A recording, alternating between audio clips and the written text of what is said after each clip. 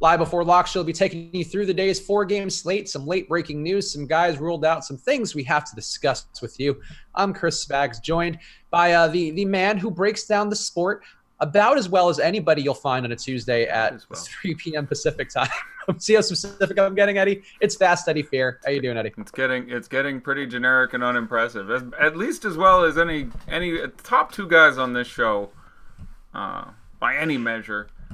It's good. What is good in the hood? Yesterday was fun with the Kings. Like, it's the most frustrating thing in the world. It's like, oh, it's a good thing I spent 4 hours breaking that down, when it basically devolved into, did you play no Kings? You're mint. Did you play just Bielitsa? You're still a little ahead of the field. Oh, you played 2 Kings? You're probably fucked. It's like, all right, good game. Yeah, I had some of the best lineups I've built this season with just sitting there with a little Bielitsa, with a little bit of Bogdanovic just there with their 5 minutes of action. It was really a great feeling. But that's, you know what, every night's a new opportunity. So we do have a new opportunity in front of us. And it's a different situation. You want to talk about Washington Atlanta up front, or do you want to talk about the Cleveland news? You lead and I will follow, my good man. All right, so let's talk Cleveland news up front. We'll save the Washington Atlanta game like a main event. We'll get into that in a second. But let's talk about Cleveland news. We have Jordan Clarkson ruled out. His back is in pain. It's going to leave a lot of usage, 30% usage over the last few weeks on the table. What are we doing with this news for Cleveland? Who does it make you like more? Yeah, I think top guy for me now on Cleveland is going to be Alec Burks. There's more appeal for all these guys. There's just more shots to go around, and there's a lot of, shot-hungry guys on this team. They have a lot of guys who are just perfectly happy to jack up shots. They kind of have 3-4 copies of the same player there, actually. Sexton, Burks, and Hood, and all those guys are looking to get all the shots up they can. But Burks, for price, for FanDuel, you can drop him, and he's all the way down at 44, which on a 4-game slate is a number I don't have a problem dropping, and he does carry a big-ass upside. Has fallen off recently, so, but there was a 1-6 shooting game in there. There was an 0-4 shooting game in there. Like, I don't think we go overwhelmingly onto this game at this point, but we are really starting to lose usable bodies. They have Dellavedova there, who is, sucking up a fair amount of minutes now, but at the start of the day, I was fine with 0 or 1, guys from this game, basically. Now I'm thinking I'm fine with 0 to 2 guys from this game. It depends where you come down. So looking just at the Cavs specifically, it's important to remember that this is still not a great matchup, and we're dealing with a lot of players here who don't carry a massive upside. That's another reason I like Burks. He's a little more inclined than some of these other guys to actually pick up a rebound or a steal or actually get some additional stats. Colin Sexton just gives a ton of empty lines. Now, I like Colin Sexton now. He's interesting. I think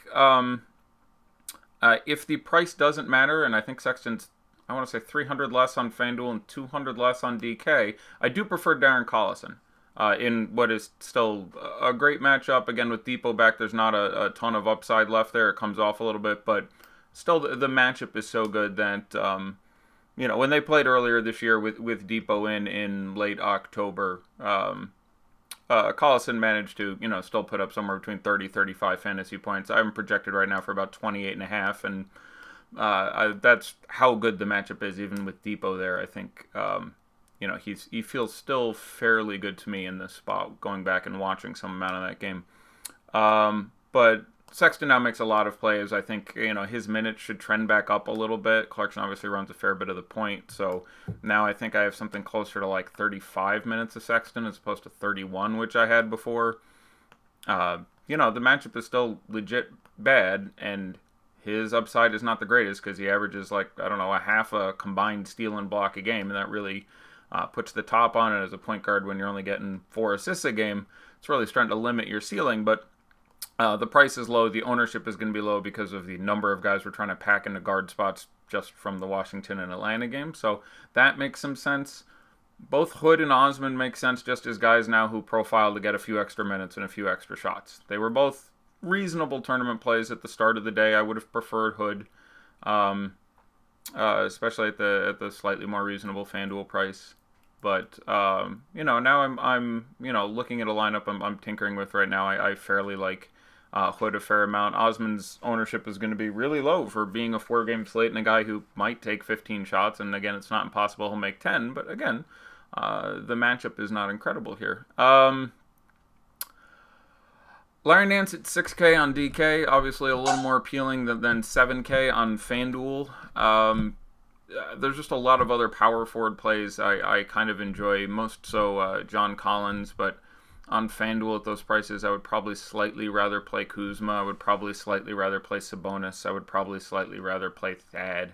I'd probably slightly rather play Markieff. Like, there's power forward is actually a position for tournament plays, guys I like a little bit more. But Nance slots right in there, and there's obviously a chance he can pick up a big upside, but it's it's a spot he's been good in the past. He's run in there against Miles Turner-led Pacers teams as member of both the Cavs and the Lakers, and done pretty well in both those positions. So, it will come down to where the ownership we finally project will land there, but certainly wouldn't have any objection to getting in there. But I do think it's worth sort of pivoting directly from this to talk about the Washington and Atlanta game because of just how amazing of a game environment it is. I talk a lot about how I don't like stacking games on larger slates.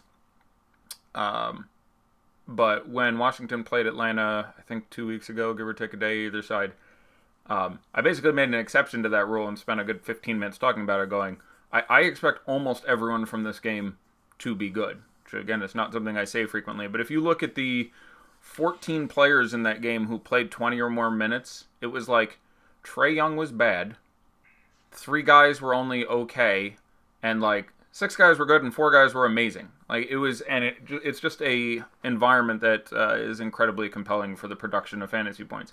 Now, it's not quite as juicy as it was then for a couple reasons. 1, John Wall was out. 2, everybody's price has come up a hair or 2 since then. But let me, I pulled it out before. Let me see if I have it in front of me. So yeah, although Otto Porter is out now, he was in that game. So here are the players who played more than 20 minutes in that game. Sure. So for the Wizards, Otto Porter played 42 minutes and had 42 fantasy points. Bradley Beal played 41 minutes and had 58 fantasy points. Satoransky played 38 minutes and had 37 fantasy points. Austin Rivers played 34 minutes and had 28 fantasy points. Thomas Bryant played 21 minutes and had 33 fantasy points.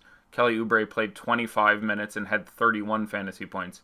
Markieff Morris played a little less than 23 minutes and had 23 fantasy points. So the worst guy on the Wizards was, relative to price, I guess it was Markieff who gave you 23 in 23 minutes, which, again, he got in foul trouble, or he would have gotten more than that amount of time. He ended up ceding some more minutes to Satoransky due to foul trouble there. But, the other 6 guys were somewhere between good and great. Everyone got north of a fantasy point of a minute. Some people kind of close to doubling that up there. And then if you talk about the Hawks in that game, Bazemore, who was my top-ranked Hawk that day, had 35 minutes and 44 fantasy points. The only bad Hawk really was Trae Young, 33 minutes, 26 fantasy points. John Collins, 32 minutes, 45. Kevin Huerter, 27 minutes, 20. He was 3,400 on that day, I think. But Dwayne Dedman got in foul trouble, so 22 minutes, 25 fantasy points for him. I think he was 4,300 on that day, so again, that wasn't too bad. Bembry, 27 minutes, 28 fantasy points. And Vince Carter, for good measure, 21 and a half minutes, 26 and a half fantasy points. So, those guys ranged between acceptable to brilliant. So when you're talking about, a Cavs Pacers game with an over-under of, I imagine, somewhere around 30 points less. I actually don't remember. I know that the Wizards in Atlanta are like 235. I imagine. Yeah, it's like 28 points less. 28 Close points. your point's still bad. Yeah, I figured there were 2-0 something. Yeah, so it's worth pointing that out. And again, you're looking at relative prices between a lot of these players. So when we talk about, this Hawks and Wizards game, it's leaving aside Wall and Beal and just looking at some of the smaller plays now. Trevor Ariza obviously not existing on FanDuel, but 4,600 on DraftKings makes a lot of sense. I've been a bigger fan of his than most, I think, this year, and it's worked out fairly well the days I was interested in him. He's brought down tournaments at least 2 days that I remember. Jeff Green still in play, a little more expensive than you want to play, but I do think they send Satoransky to the bench, and Green starts the 4 and Ariza starts the 3. Thomas Bryant is still the same price. It's the exact same matchup where he had his best game of the year, where he had 30 whatever in 20 minutes. He's perfectly in playing tournaments. I think I slightly prefer Tyson Chandler, but it's close for me. Trae Young obviously played shitty in this game and has played shitty in some other matchups. Like, they've played Cleveland twice. One time Trae Young had one of his two 50-point games this year. The other time he had like 20. Like, he's all the hell over the place, but certainly the upside is there in this matchup. We'll put it that way. Bazemore ruled the roost last time, and as long as Prince is out, still has fairly safe minutes and certainly upside. Love what John Collins is doing right now. Really hard to imagine against a really anemic rebounding team like the Wizards that he doesn't put in a good score. And Dwayne Dedman, who has Dwedman. If you were a Pokemon, he'd be Dwedman. You're close. That's funny. Dedman has played like 28, 32, 30, 32 minutes the last 4 games or something like that, but all around 30 pretty constantly, even in the face of blowouts and stuff. Len has basically been kicked entirely out of the rotation, so 5,600 or 6,600. All right, now he's not coming in as he was 4,300 the first time these two teams played, and some foul trouble and just sort of a down game. He didn't crush it, but I still project him for well over 30 fantasy points today, so he's still prices in there really nicely, and there's the bench guys to talk about. So I bring this all back around to say, when you're talking about $4,800 or $4,900 Rodney Hood or $5,000 Colin Sexton, well, they're in a game that's legitimately 15% slower. I mean, I think I undervalue over-under compared to a lot of other touts. I listen to a lot of people like, this is the fastest game of the night, so I want everyone in it, and it's the difference between 228 and 220, which is 3% and change. That's nice and everything, but it's not. It should not break the slate for you. 235 and 207, if I subtracted correctly from what you said before, that's pretty significant at that point. Now you're talking about in a vacuum, guys putting up an extra 12, 14% points, and then just the prices on some of these guys where Jeff Green is basically the same price as Rodney Hood in a much more attractive environment. Trevor Ariza, if he's 4,600. Markieff at 5,100, who we haven't seen a good game. I really like Markieff today. We haven't seen a good game out of him in a while. Lost time in the last game due to having his, I thought he got concussed by, I think it was LeBron, but they said it was just a neck strain. And just, even guys like Kevin Huerter and Bembry make sense. So not nearly as over the moon as I was on this game last time, and the absence of Alan Crabb and Jordan Clarkson do make it a little more interesting. So as opposed to the start of the day where I honestly felt like you should have 5 guys from this game in every lineup, I'm willing to step back off that a reasonable amount now. But if you don't have, say, 3 guys from this game, you're probably doing something wrong. Maybe 2. I can imagine getting away with, like, I just have John Wall and John Collins. Okay, that's probably your 2 guys most likely to put up ceiling games, but I'm a pretty big fan of that game, obviously. A couple other quick notes, and then we'll bounce back and forth for a little bit. I'll just run through and say other things of relevance. I obviously haven't mentioned a bit. I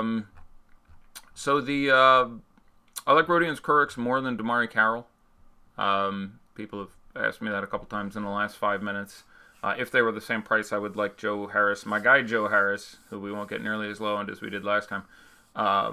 Just about as much or probably more, but again, he's more expensive, so you do have to vary those 2 things. I like Jared Allen quite a bit in tournaments. Across the ball, I like Tyson Chandler quite a bit. Last game, JaVale missed. He played 20 minutes and had 16 fantasy points and change. But he didn't play after his first stint in the third quarter because, again, it was a massive blowout. I think he would have come back and ended up playing 26, 28 minutes. And based on that, I really like his spot at $3,500, $3,700. I think FanDuel is $4,200, and there's not really any must plays on FanDuel as far as center goes. There's a couple guys I don't mind, but I don't hate punting center, which is not something I frequently say. So throwing him in over there where he's getting a couple extra points for blocks, I can see certainly playing him there as well. So it's obviously a very decent LeBron spot.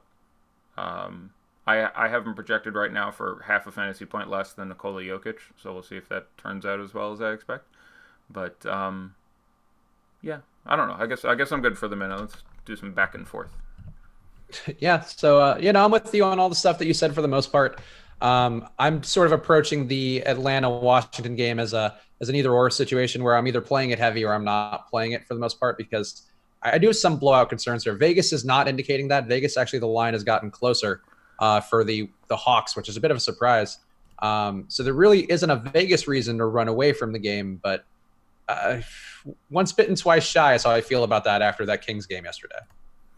Well, but see, this is just me. Long term, I don't think that's well. How much you ever want to expose yourself to a game is always an issue of personal choice. So you always get to make the decision quite frequently how much you want to risk in something, and if you don't, overstack any given thing, yeah, it is much harder to get overall screwed. But at a certain point, you also really limit your upside. I mean, the day these two teams played last time, I pounded and pounded and spent half the show talking about how good this game was, and I think collectively the chat ended up incredibly overexposed, and everybody won. And I don't feel that strongly today, so I'm not suggesting any course of action similar to that, but I don't know if it's a healthy headspace to be like, the Kings screwed me. The next day I'm not playing. Yeah. No, I agree. It's not an spot. apples to apples comparison for the reasons we talked about yesterday, where they were playing the third game out of 4 days for the Kings, and obviously the Wizards are not off of a back to back. Even they're coming straight into this. But I do think too, if the game gets away and people are as over the field as they could be, like I think Doncic is in a decent spot. It's hard to pay for Doncic, Beal, and have kind of the exposure you want. It's Collins, like a lot of those guys. So that's sort of where I'm viewing it. Is I'm trying to get some more exposure to like Denver and Dallas, even though that game doesn't grade out as well. And Cleveland, I think, is interesting now that we know Clarkson's out. But I think I would view it a little less. I wouldn't want sprinkles of it so much because I think if this one gets away, it's going to get away early, sort of like the Hawks game versus Boston, which was looking great, and then it's done, and it's like, oh, well, now we have nobody left who can get value in this game. Yeah, I think. I mean, I can envision a situation. This actually happened in another Wizards game not long before that, where they had another advantageous matchup. I believe it was the Cavs. I don't want to say that for sure. Where I was again really high on the team, and they managed to perfectly distribute minutes, so no one was amazing. Now Prince is out. That helps a little bit, but you are looking at a scenario where if you're right and the game does blow out, maybe you get 28 minutes of Young and Bazemore, and 22 of Bembry and Huerter, and 21 minutes of Vince, who comes in off the bench, and 25 for Dedmon, and 23 for Len, and 17 for Jeremy Lin, and so yes, I will admit there is, if there's a blowout, I do think there's a greater chance it goes sideways, much more so with the Hawks players than the Wizards players, because Scott Brooks just runs his guys and runs his guys. So Wall and Beal feel especially great. I don't mind playing both of them. Which I prefer is a little bit site dependent.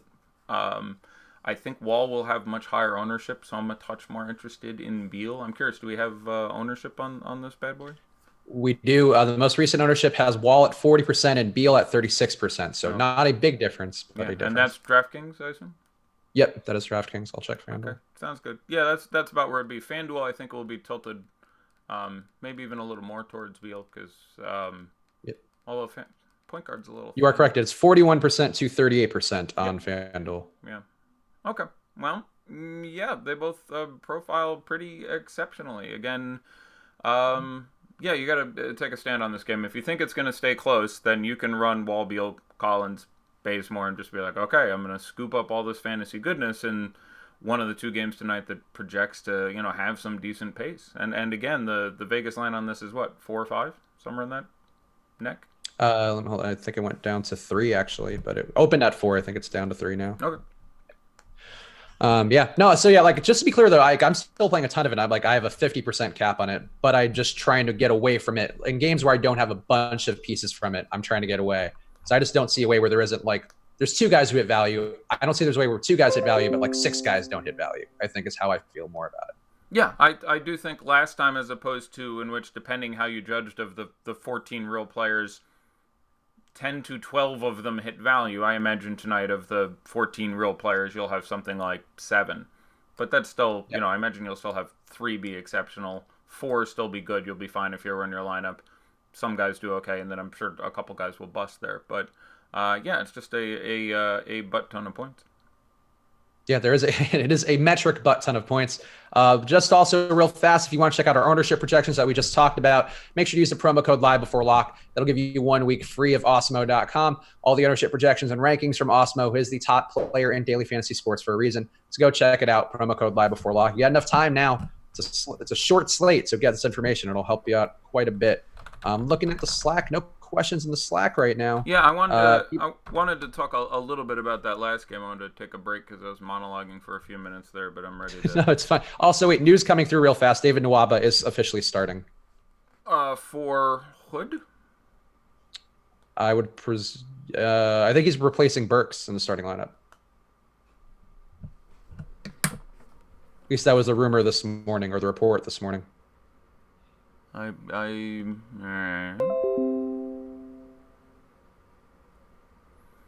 am I doing with Nance on DK? I think he's fine. 6K there, even without the steal and block upside that can be advantageous for him on FanDuel, makes a ton of sense. He gets multi-positional eligibility.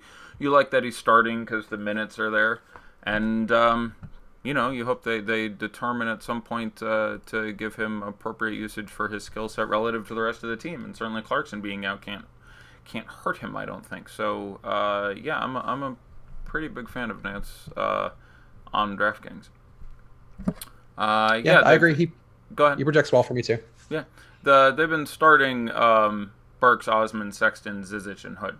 So if the rumor is that it'll come in for Burks, that's fine. Burks, well, Clarkson usually came in very, very briefly into the game, so you'll still see plenty of time for Burks, and I probably prefer him a little bit off the bench. Yeah, I agree too. I saw people saying that before too about Burks and concerned of him moving out the starting lineup. If anything, this makes it more likely he just plays the Clarkson role, and not how good he is in that role. To be seen. But I think this actually makes Burks a little more appealing. Yeah. So a couple guys from the last game I want to mention real quickly is I have some appeal for Wesley Matthews in the last game, who I think is going to be under-owned based on all the wing value that opens up here. And it's a spot I think is particularly good for him. So Wes Matthews, especially on DK at 4,500, makes an amount of sense for me. JJ Barea is going to play. Makes a fair bit of sense if you want to run him out there, especially on FanDuel. I think he is 4,700, where he's going to be an interesting pivot off of... I want to make sure I'm remembering my pricing here correctly for those mid-priced guys on FanDuel, because there are a few of them in there. But he'll be a lower-owned pivot to Tomas Satoransky, who, again, at this point, should not see, I would think, more than about 26 minutes, 28 minutes, and is just not a great fantasy producer. He's there's been about 4 times we've been anti-Sato this year, and 2 times he's managed to squeeze it out, including last game where he played 46 minutes, which I didn't expect. But... now he's basically, playing backup 1, backup 2. So I would think his minutes come down to the mid-30s, and the price is up to 4,700 on FanDuel. I would rather roll J.J. Barea out there, or Colin Sexton if you can come up with the $300 at this point. I would rather all those guys over Jeremy Lin, which someone asked about. Jeremy Lin works in I'm looking for exposure to this game if it blows out. In theory, maybe then you get 22, 24 minutes, but he's been seeing minutes in the teens, and if you think this game stays close, it would be sort of an odd space for them to bucket. He's certainly not out of play in tournaments, but I would like all those other guys. I listed a fair amount. Is there any way Decker could be taking minutes away from Ariz and not allowing him to get up in the 30s? I'd be shocked.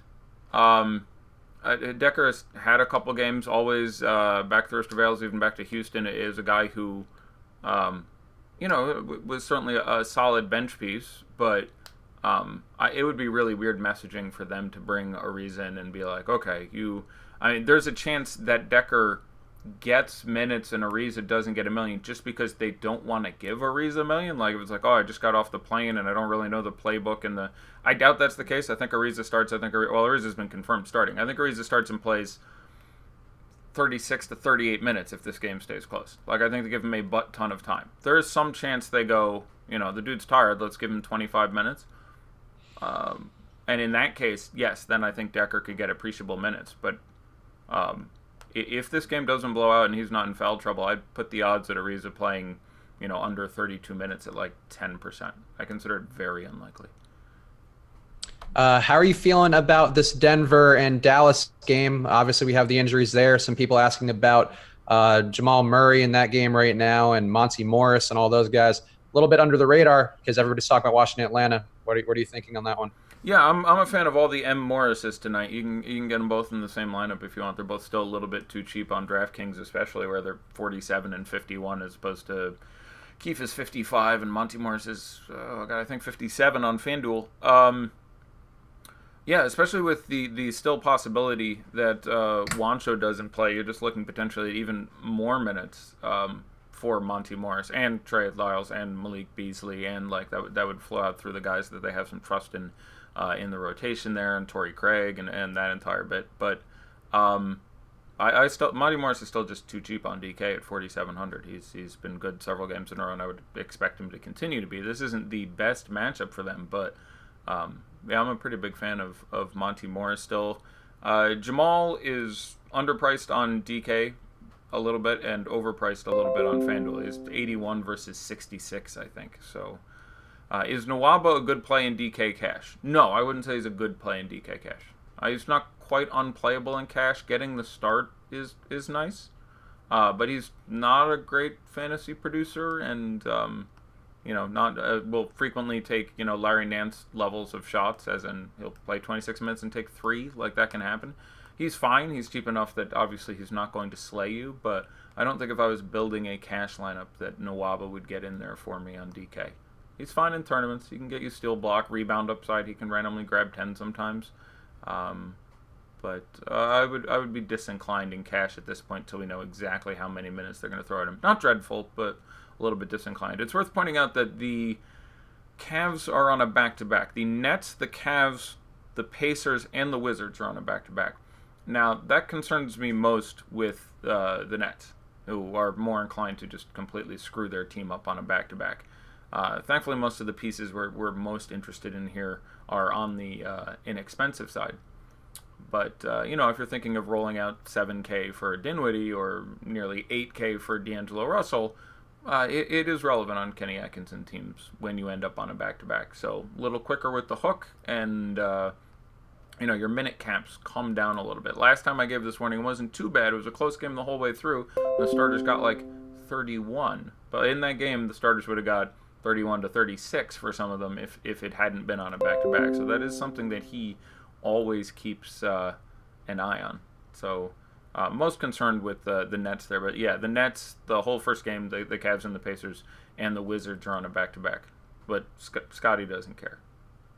Scotty will just keep Kwame Nation asking, is it crazy to like Doncic? Guy seems to eat the point guard usage without DSJ playing. That's actually something I noticed too, and I kind of forced Luka in because he didn't project too well for me, but that's obviously assuming a lot of Dennis Smith's time. Does Dennis Smith being out affect your like for Luka at all, Eddie? No, it makes me like Luka quite a bit more. I've said a few times in the last week when Dennis Smith goes out, he's the first guy I look to. The issue for me is the matchup is not great, and the price has risen to the point at which in tournaments, which is what we're usually talking about, we're starting to cut the ceiling off. Like, if a guy costs 7,600, I want some double-digit chance he puts up 50 fantasy points.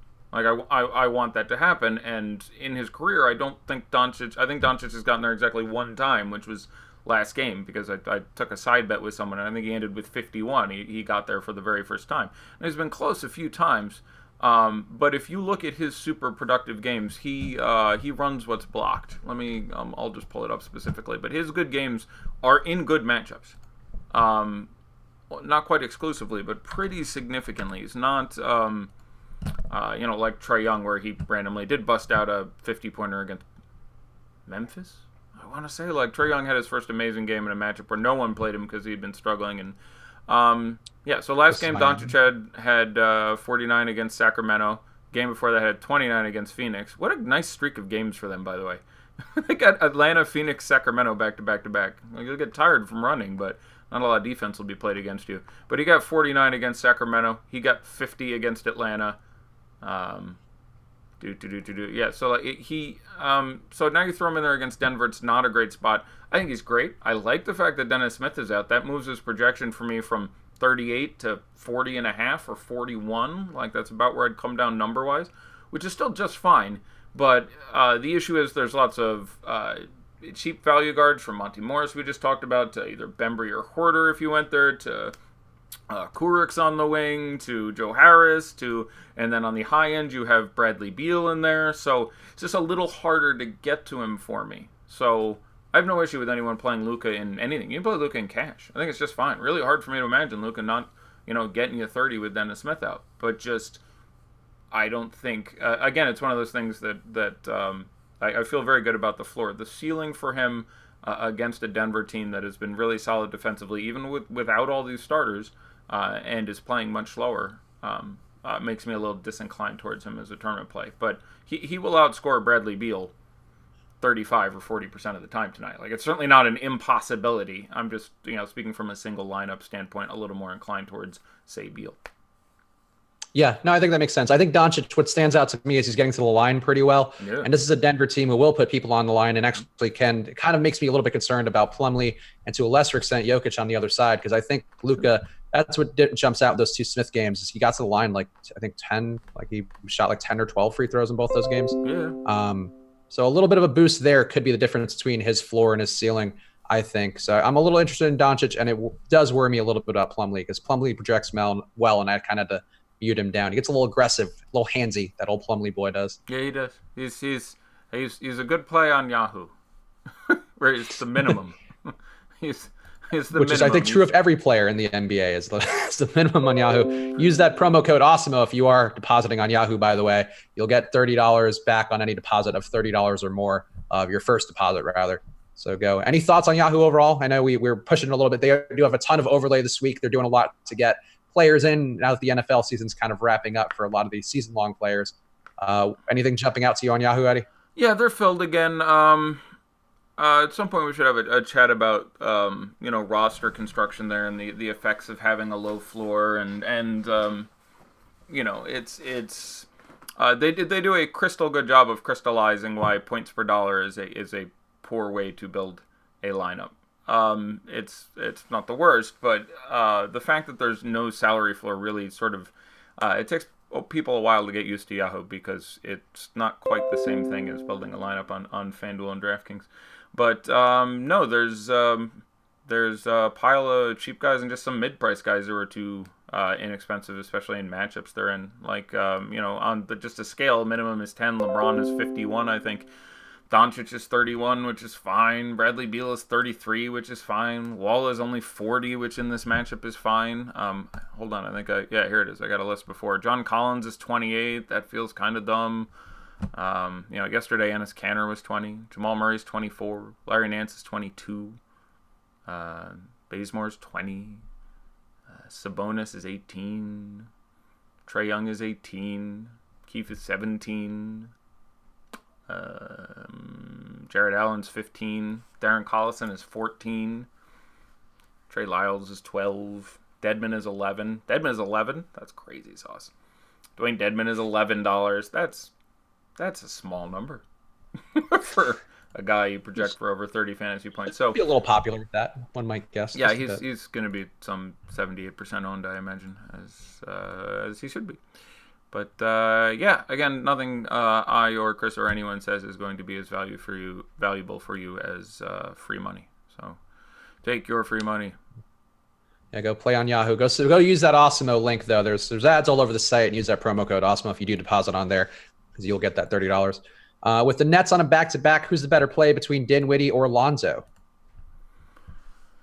Well, I have approximately equal interest in tournaments to Lonzo, Dinwiddie, and D'Angelo. I think all of them have a fair amount of merit here. D'Angelo, I do think, carries a pretty significant upside. There's revenge if you're into that sort of thing. But if I'm going to play one straight out, I am probably going to play Lonzo. Price, and also just the fact that less likely to get minutes screwed. Not impossible, but less likely to get minutes screwed in this situation. So for that reason, a little more inclined towards Lonzo. But they're all pretty close for me. D'Angelo, especially if you look at FanDuel, that pricing is a little more advantageous, obviously. Also, a similar question: thoughts on Dinwiddie and Russell in a GPP?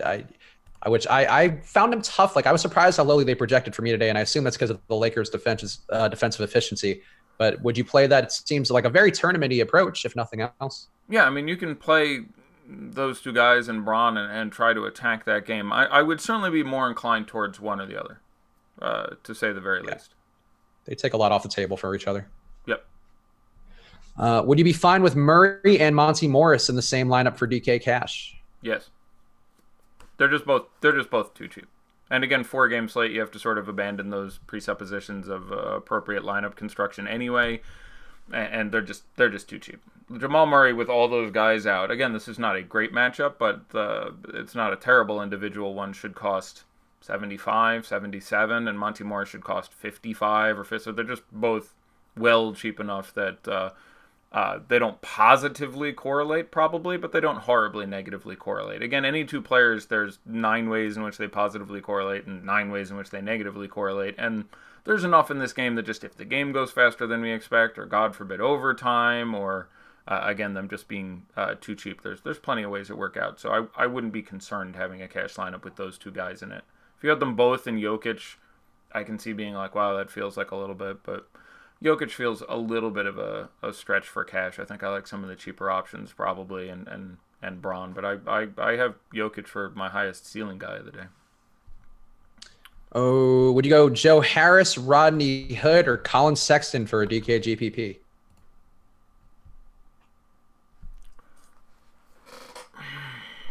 Probably Harris. I would do Harris, then Hood, then Sexton for a GPP.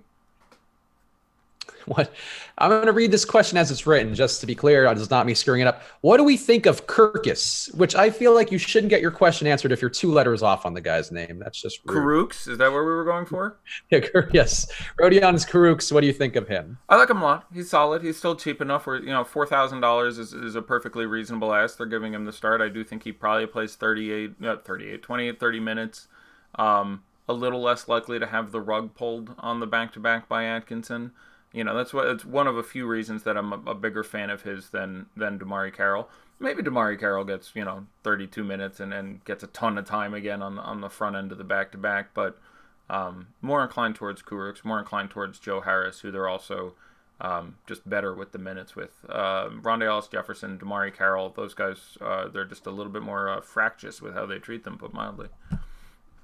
This actually isn't a question, but it's just more of a general thought. Any interest in Hollis Jefferson at all? His number's been trending up. Seems like he's getting some of that usage with Crab out. Yeah, I don't think there's any real issue with running Rondae. I do like this matchup for him with the Lakers. You've been seeing, the minutes are still up and down. The last few games, it was like 22, 32, 22 again. Now, that has something to do with the blowouts in the game with Atlanta and Philly sandwiching the game with Washington, which stayed close, in which he got the ceiling minutes. So again, I do think when you think about him as far as correlation goes, you want to include him on the I think that game stays close team if that's something you're building. But I certainly like Rondae just plenty. Would you go Jeff Green or Trevor Ariza for cash? That's a good question. I guess I'd have to go with Jeff Green, which feels a little weird, but if the price isn't any extra, I feel a little bit more secure in the minutes. Again, I'm 90% sure that Ariza gets a ton of time, and frankly, if I average the minutes I expect for them, I would actually project Ariza 4 more minutes, but there's a much greater chance of Ariza just randomly getting 24 because he's new in town. And after the game, Scott Brooks is like, yeah, I didn't want to completely tilt the rotation on its head and totally send Satoransky. And so, I can see that happening a little more. So I project Ariza for about an extra fantasy point. But I would still probably play Jeff Green over him in cash, if that makes any sense. All right. Would you go Mo Wagner or Thomas Bryant for a DK GPP? I'd go Thomas Bryant. I don't mind Mo Wagner. I think he probably still gets 15, 18 minutes. I think there is a chance for more. All you need is, for example, a couple fouls on Tyson Chandler or a blowout. There's a number of ways in which you get more than that out of Wagner. But this is again the matchup where Thomas Bryant had his best game of the year. It's just a stupendous pace, rebounding. So that feels a little safer. So I think I'd still slightly prefer Tyson Chandler, but that's very close for me. but I think I would have Chandler, then Bryant, then Wagner. Would you go Monty, Torrey, Craig, and Tyson Chandler, or Sadaransky, Kurux, and what? He has Craig on both sides of this one. So just Monty and Chandler, or Sadaransky and Kurux?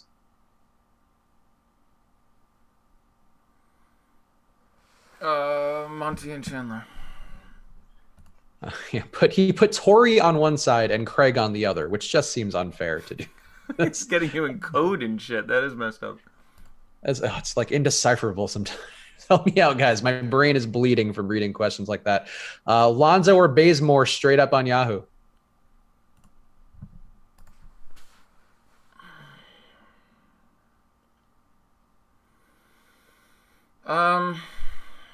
I would.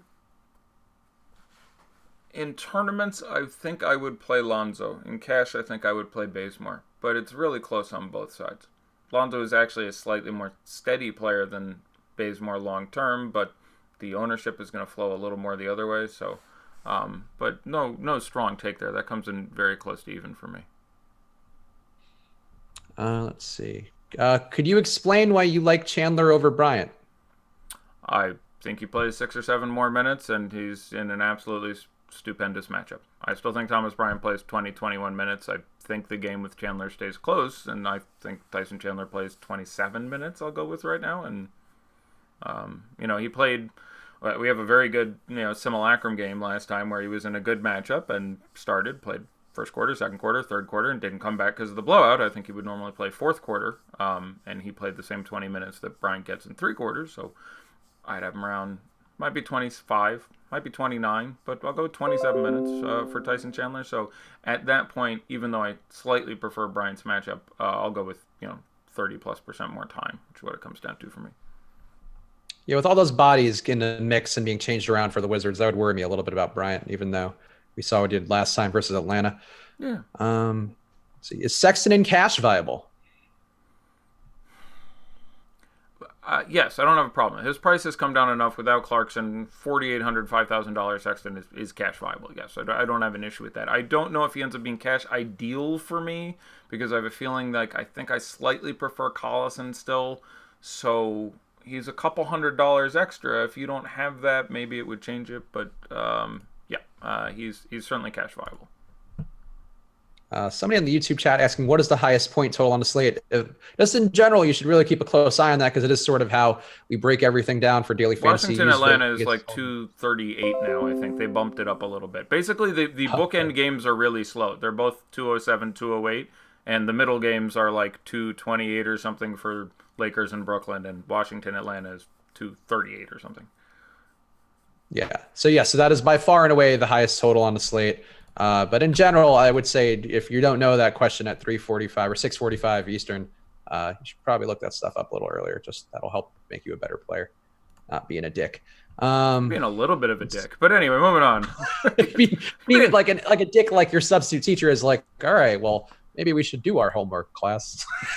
Yes, that's exactly what you're doing. It's kind of fun. Can you rank Kuzma, Collins, and Thad on FanDuel for a GPP?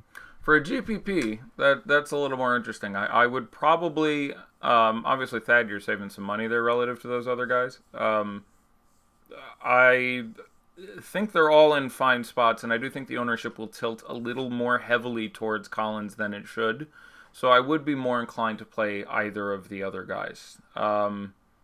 Probably Thad first. I would probably slightly prefer Thad to the other two by a hair. And Collins, I think, is going to end up being on FanDuel like 45% owned. I don't know what we haven't projected at, but I think he's going to be really, really owned. So, yeah, I do think I like the pivot there. Collins and Beal or Jokic and Bazemore for DK Cash?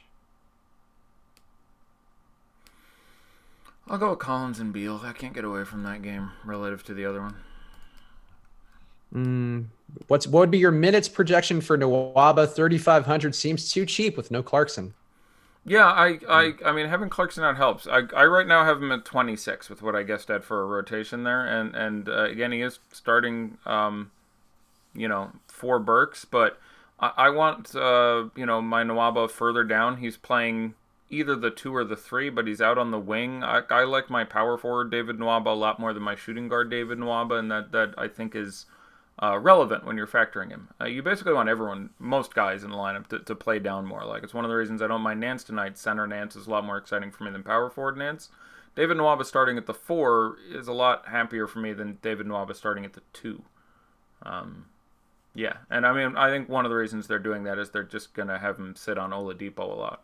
But that being said, if that is their plan, maybe they really juice those minutes back up. So I don't have an issue with Nwaba, but I think he's owned in the 20%-ish range, and he is a guy who carries a real floor with him. So I think that's why I'm slightly disinclined. Like, whenever I'm looking at guys like that who are going to be kind of chalky and really cheap, it's like, what are the odds he completely fails? And the more that is, the more I like him. And the more I like fading them. And what are the odds that he completely blows up? And there's a very reasonable chance he fails, and pretty small chance that he blows up and destroys the slate. It's not impossible, but playing the Pacers and I think I'll look the other way. Important news coming through on Twitter right now. Jabari Parker's questionable for tomorrow, so update your rotations. Well, okay. Let me rotate my. Hold on. Let me fix my projected Bulls rotation. Done. Drop him from 0 minutes down to 0 minutes. Oddly, it didn't change. Really, he's ill. He's ill from hypothermia from swimming in his giant pool of money. He actually dove in head first like Scrooge McDuck and realized that coins don't swim like that. That's pennies, nickels, quarters, dimes. That's my guy. Yep, that happened. So, Ed Davis or Torrey Craig for a single GPP entry on DK. Ed D is an interesting guy. I think I would go with Torrey Craig and hope you get Juancho not playing, in which case his minutes are going to push up into the mid to high 30s. But that's very close for me. Correlation would matter to me in a play like that. I like Ed Davis. Tyson Chandler does not get a lot of fouls called on the opposing center. So I don't think it's a situation where it's as likely that I see Jared Allen foul out, which is what I'm hoping for if I'm playing Ed Davis. I like playing Ed Davis or talking about playing Ed Davis on days where I think there's a real chance that Jared Allen's going to get in trouble, or Jared Allen ends up in a situation he's having trouble guarding the other guy. This doesn't seem like that for me, but Ed Davis can still give you 30 in 20 minutes, and there's still plenty of pace in that game. So I like both those guys a lot, but I'll be slightly more inclined towards Torrey Craig right now, and certainly if Juancho is out. If we find out that Hernan Gomez is going to play, at that point it would be Ed Davis for me. While we're doing Ed Davis talk, would you go Ed Davis or Trey Lyles for a FanDuel GPP? I got to go Ed Davis. Trey Lyles got his minutes, significantly cut. Not where I thought they were going to go with this team, but they've really invested in Mason Plumlee. And as much as I like Trey Lyles, it's a slow game. And last game they pulled him all the way down to 15 minutes and hadn't been good last couple now. And I certainly don't mind someone playing Trey Lyles, but I would play Ed Davis right now, which makes me sad. For FanDuel GPP, would you go Beal and Rondé Hollis-Jefferson or Monty Morris and Kyle Kuzma?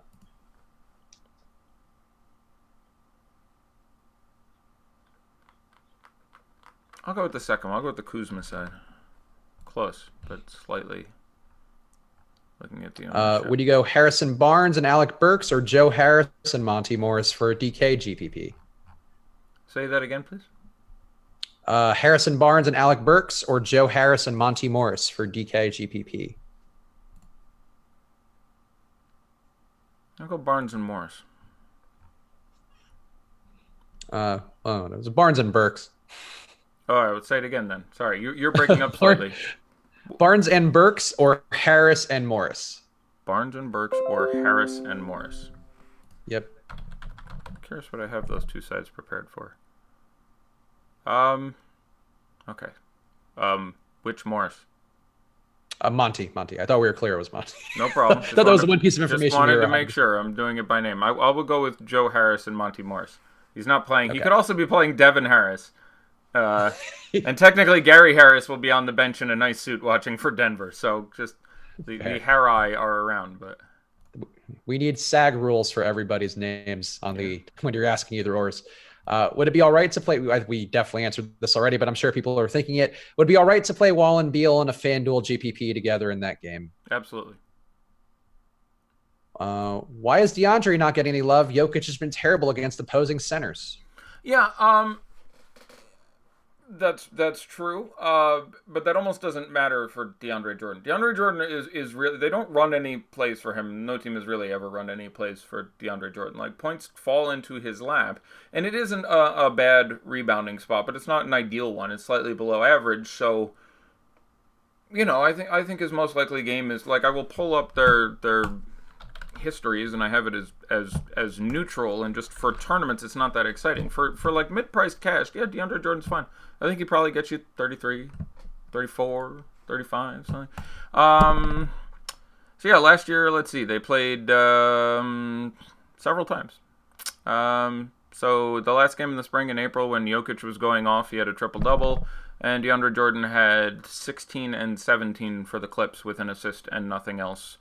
So that's, 40 fantasy points. That's pretty good in 36 minutes. Game before that, they both got in some foul trouble. DeAndre Jordan only played 23 minutes, had 7 points, 9 rebounds, and 3 steals. Game before that, 14 and 13, 3 assists and a block. Game before that, 12 and 11 with 3 and 1. Game before that, 13 and 13. So he's fine. And again, on a 4-game slate, I have no issue with you putting him in a tournament. There's a very real chance he gets 41, and that ends up being outstanding because Jokic only gets 50, and the value guys aren't that great. So I certainly don't have an objection to someone playing DeAndre Jordan. But the reason he's not getting a lot of love is most people are playing tournaments, and so that's where most of the conversation heads, and he hasn't hit tournament upside frequently. And this isn't a particularly fast matchup for him. So, he's one of only 7 viable centers on the entire slate, basically. By all means, have some DeAndre Jordan, but it's a slightly below average matchup for him. So it's just a very sort of meh spot. So that's why I didn't mention him. I can't speak for anyone else. Luka and Monty Morris, or Kuzma and Jared Allen for Yahoo? I'll just do them both. You have 10 entries. I'll go with Luka and Monty, though. Jeff Green and Sabonis, or Markeith and Dedmon, also for Yahoo?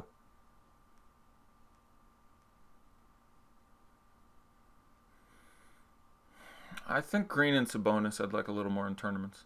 It's, again, very close. All these are very close. It's really weird answering questions like this because I have to give a 100% answer to questions for which my answer is almost always, 53-47. So it really sucks to be like, I very slightly prefer this and will be wrong 48% of the time. But that's what the job is, I guess. But it's always tough for me when people give me one and I'm like, and they'll be on like that. I feel like it's so every chance we've ever had. Variance is a bitch. Yeah, especially when it's that close. It's a real tough job to do, or a real easy job to do, depending on how you look at it. If you're terrible, I imagine it's a great job because even though you're awful, you're right half the time. But in theory, if you're very good, it's a terrible job because even though you're very good, you're wrong half the time because people, ask me a question. Which 2 guys do you like more? These 2 you have projected for 58.7 points, or these 2 you have projected for 58.4 points? I guess the first one, I have a feeling I'm going to be wrong roughly half the time, but anyhow. Would you go Chetty or Joe Harris? No site given. Joe Harris in cash. I think Chetty is a fine tournament pivot. His ownership will have fallen down to a decent point. And having Clarko out of there should boost him up a few minutes and a couple shots. And one of these days he will have a 10 for 15 shooting game, and the prices come to the point where he's going to make that work. Like Montrez finally had his game. There's just a few guys who have, on some really shitty streaks that were eventually going to knock one out. And that's certainly with Clarkson out. Chetty makes a ton of sense in tournaments for me. But Joe Harris would be certainly a better cash play. Tournaments, I'll go with Chetty. And I say that, really liking Joe Harris against the Lakers. But the ownership differential there is going to be significant. Monty Morris and Kurucs, or Dellavedova and Jeff Green / Ariza, whichever you prefer for DK cash. The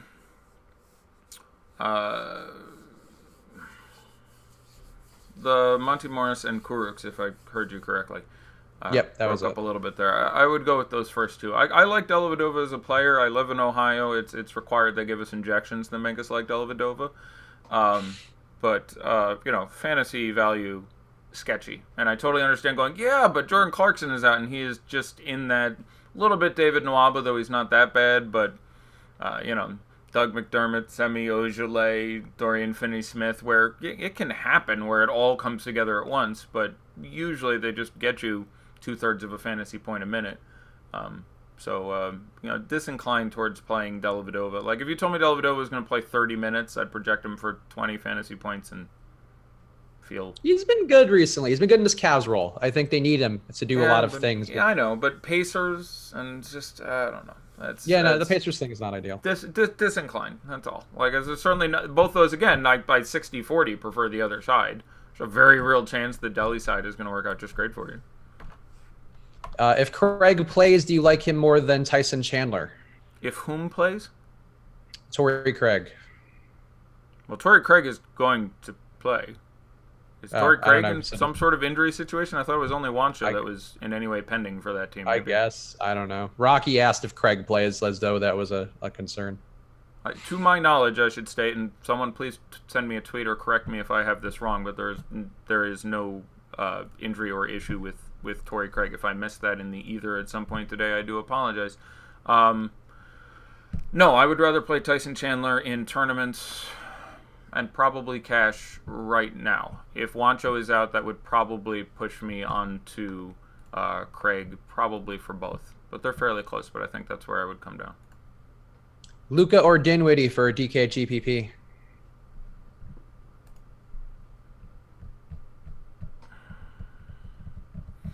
I'll go with Dinwiddie. Slightly better ownership. Berea or Satoransky for FanDuel cash? Cash is interesting. I will take Sato there. Tournaments, I would rather play Berea, but I will be fair. Oladipo and Satoransky or Monty and Beal for cash if you have Wall?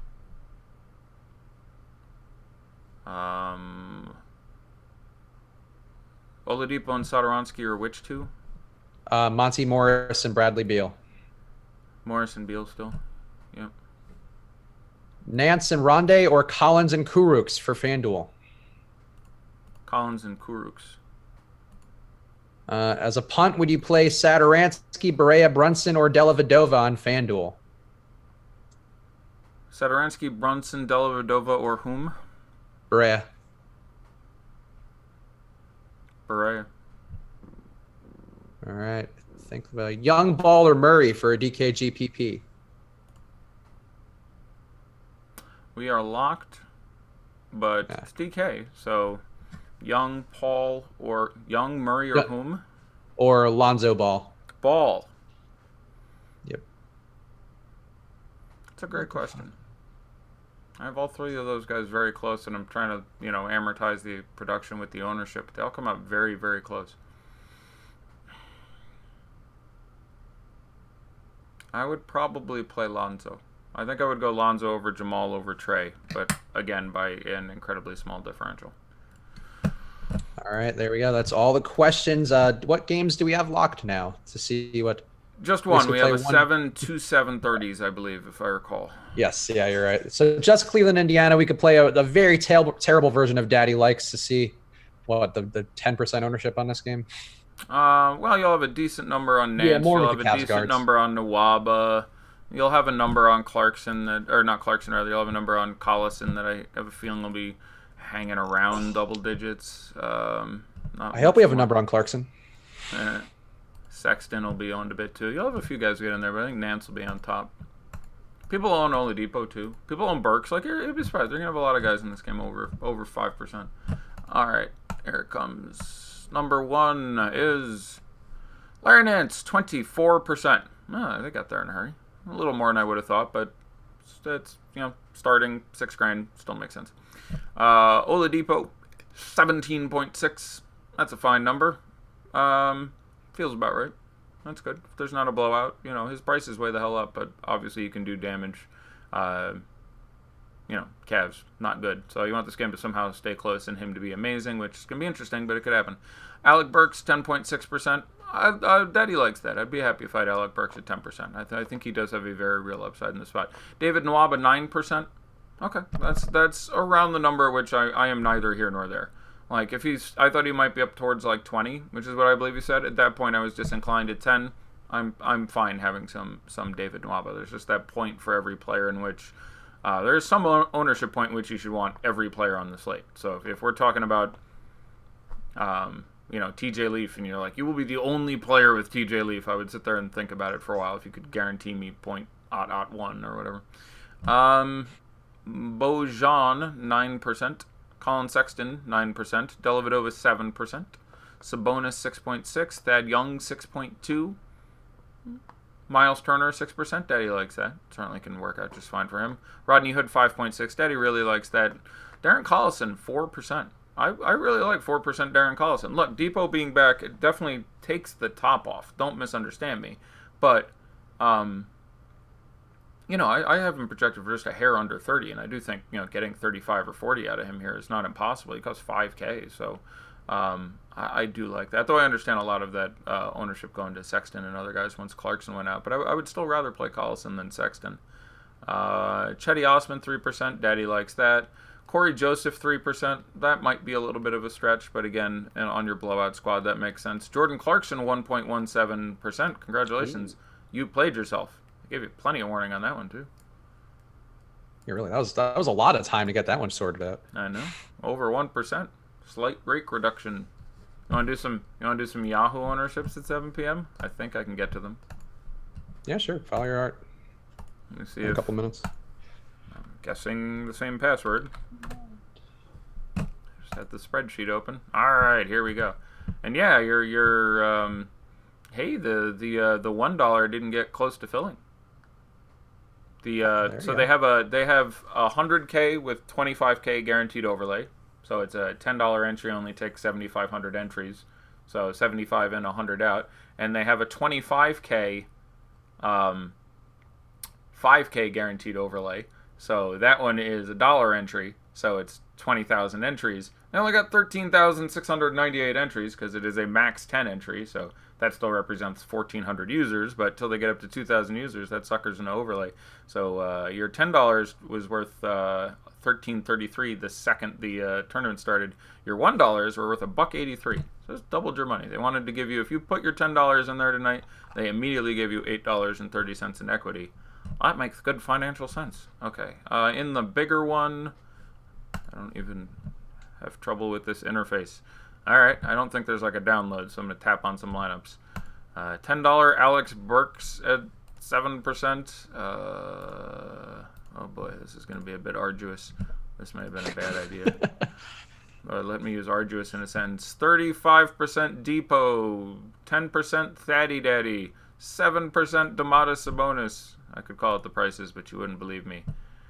9.5% Larry Nance. Feels pretty good.